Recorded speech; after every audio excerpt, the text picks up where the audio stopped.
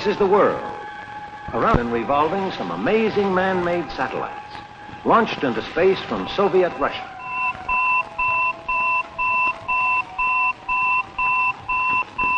What sort of human effort first produced these satellites? What sort of people? What sort of nation?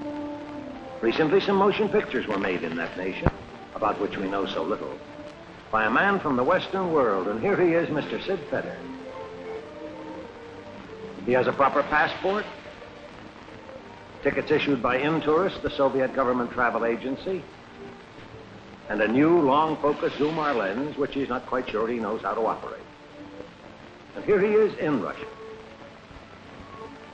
Here I am, he says to himself, actually taking motion pictures in a country which for so long has been forbidden Russia. My transportation has been arranged, my permits are all applied for, and I hope I brought along enough film, because I want to take back home a photographic record of everything I'm going to see.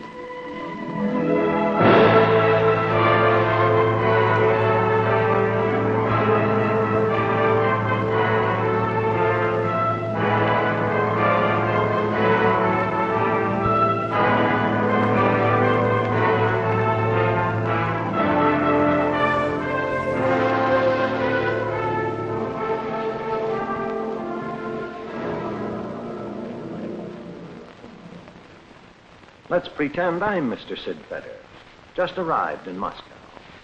En route to my hotel, I recognize the Cathedral of St. Basil, built by Ivan the Terrible, who, legend says, had the architect's eyes put out so he wouldn't ever surpass this achievement. Passing the famed historical museum, I arrive at the Hotel Moscow, the newest in the city, and mostly reserved for visiting delegations, mainly from other Iron Curtain countries. I find military and political MVD police patrol the hotel main entrance. As a matter of fact, they watch all entrances and exits, day and night.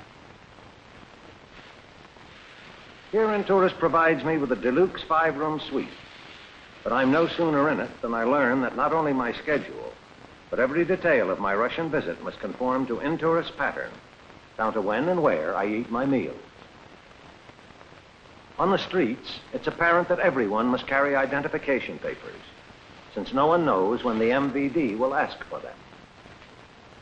Present everywhere is the state-owned ice cream cart, despite Moscow winter temperatures of 30 below. The main thoroughfare, Gorky Street, is crowded with pedestrians, including visitors of 1 million a day from all over Russia.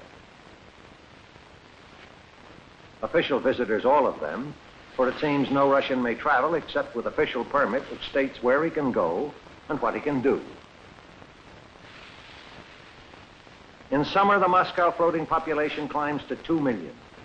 The government ice cream cart really does business, for it's hot here, even though Moscow is on the same parallel as Sitka, Alaska. These Russians, plus the thousands of men in uniform, all give the Moscow street scene an exciting aspect of fantasy. I begin to wonder just what Russia is. Already I've learned that the 260 million Soviet people speak some 300 different dialects, that they publish newspapers in 119 different languages, and that more than half of them are not Russian at all. Many of the automobiles are Kremlin cars, and since the chauffeurs work for the state, the pedestrian learns to keep out of the way. Prominent in Moscow is the state-operated department store, the GUM, spelled G-U-M, pronounced GUM. My visit to the GUM is chaperoned by an Intourist guide interpreter. Her name so complicated, I promptly christen her Miss Moscow. First on your schedule, Mr. Fetter, is the very newest department in the GUM. That is why there is a long line of waiting customers. But with your special permit, you will not have to wait. This project is under the supervision of the Department of Culture.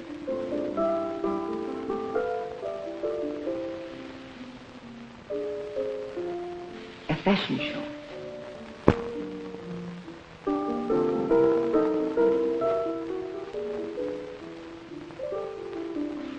Like women everywhere, we are eager to see the new style.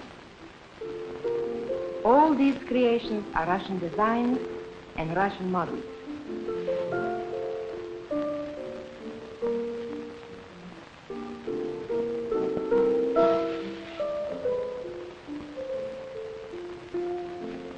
But from the faces, the sales seem beyond the comprehension of the customer. The state food stores are called the gastronome shops. I found no shortage of food in Moscow, except perhaps for meat and eggs. Things like clothing, house furnishings, and appliances are in short supply, so the Moscow worker has rubles to spend freely for food. But there's a special routine to make a purchase.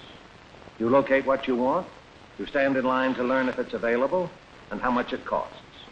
Then you queue up in another line and buy that particular food ticket from a cashier. Then you line up again and you acquire the desired food. Unless what you've selected has been sold out in the meantime.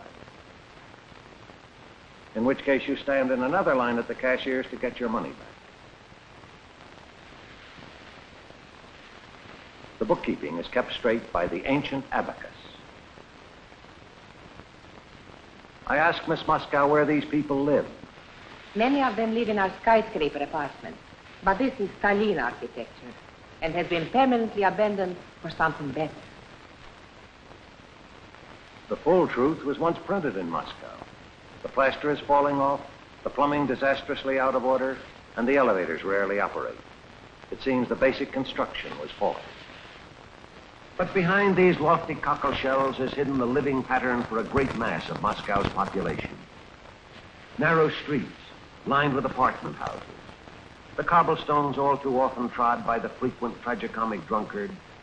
The apartments all too apparently occupied 3 or 4 to a room 9 by 12 feet, with cooking, washing, and toilet facilities in a community hallway. But prominent are the thousands of antennas on the rooftops. I have no in-tourist chaperone here, but later Miss Moscow mentions that the city will soon have 1 million television sets, and the newest models have a giant 12-inch screen. In one of these districts, a group of Jews recently ventured to identify their house of worship by placing over the entrance in Hebrew the words, "This is a house of God." And so far, the synagogue has been permitted to remain operative. Later, I asked all through Russia how many Jews are left in Russia, but I couldn't get even a vague estimate.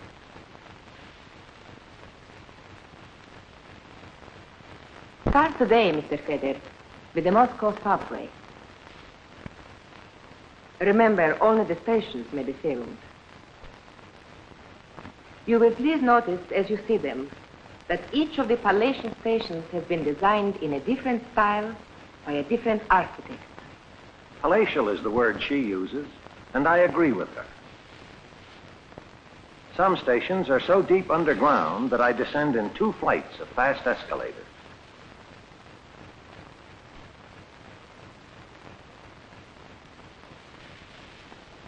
I'm beginning to notice that Russian crowds are incredibly quiet and orderly. More than that, somber, expressionless. The subways are all immaculate. The cleaning is done 24 hours a day. Always by women? Yes, Mr. Feder. Come, here is our train. It takes us to the end of the line, way out here in the Moscow suburbs. There are still a few of the colorful and lovely old-style cottages left from the Tsarist days. The doors carved in wooden tracery and potted plants in the windows. But most of Moscow's suburbs are little more than log cabin shacks, reflecting the acute housing shortage. Yes, Mr. Feder. We need many houses. So here we are building new apartments. Not Stalin architecture, but put together in a new kind of prefabricated construction. Large completed sections weighing many tons are hauled in by truck and lifted into place by giant cranes. Yes, and the buildings almost visibly rise toward their ultimate 20-story height.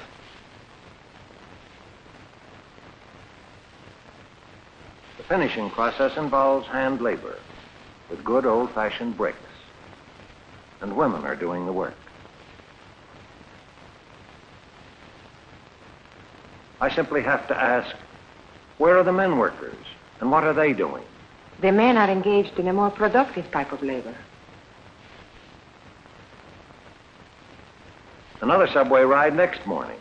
Miss Moscow didn't show up today, replaced by a young in-tourist guide who thus becomes Mr. Moscow. This is Moscow University. It is the world's largest, with 26,000 students from all over the Soviet Union. And for instance, Mr. Feder, turns out more engineers every year than any in your Western world. I graduated from here myself, majoring in Oriental languages, including the Chinese. In-tourists insist that I see the start of the all-Russia bicycle race.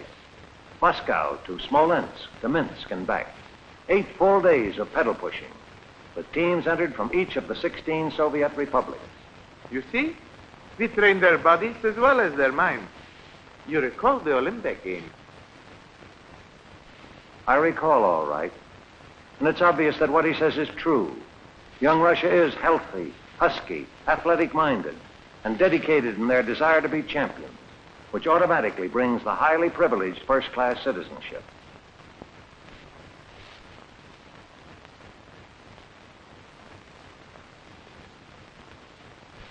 Mr. Moscow is eloquent about his alma mater. In Russia, we graduate 500,000 university students every year. And these of Moscow University are, of course, the cream of the crop. What do these youngsters want to do when they graduate? They want to compete with the rest of the world on an equal basis. Yes, in Russia today, the emphasis is all on education. Science, engineering, physics, yes. But of other things. Of the outbreak of the Hungarian revolt, for instance, they could learn from the official Moscow bulletin only this. Capitalist-inspired rowdy students created minor disturbances in Budapest. The world-famous Bolshoi Theater is operated by the Soviet Department of Culture. Tickets must be purchased weeks in advance, but special courtesies are extended to local and foreign dignitaries and the rare Western visitor like myself. Built by the Tsars, the Bolshoi is still synonymous with ballet in all its original graceful patterns.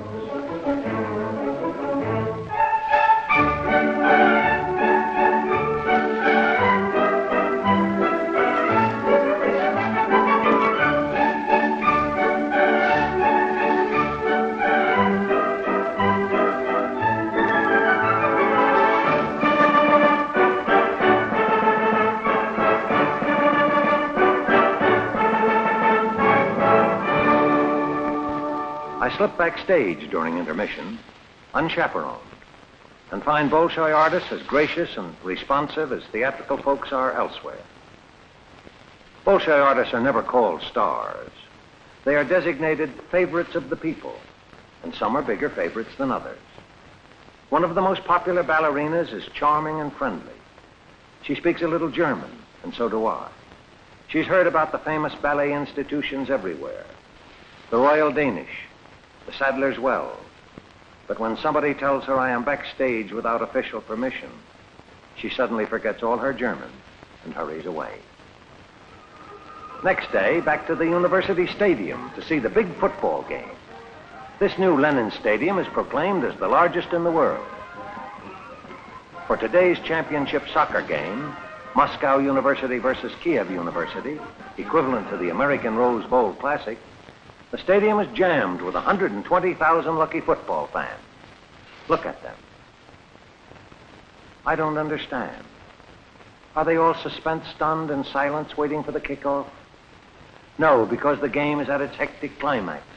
2 minutes to play, the score 1-0, and Kiev frantically trying to tie it up.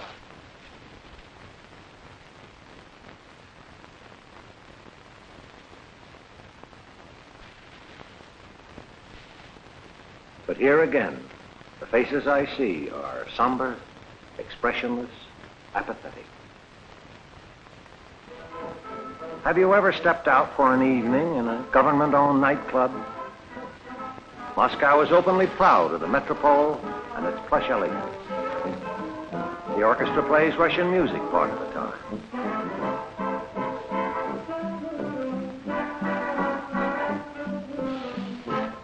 cigarette cart, state-owned, also dispenses apples, magazines, ice cream, and books.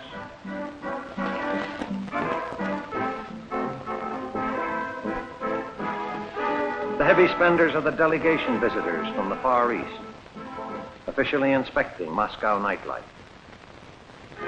Most of the time, the music is good old American jazz.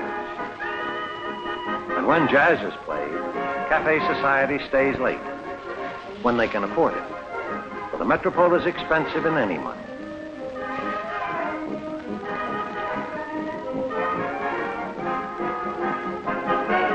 The orchestra players are all government employees working for the Department of Culture.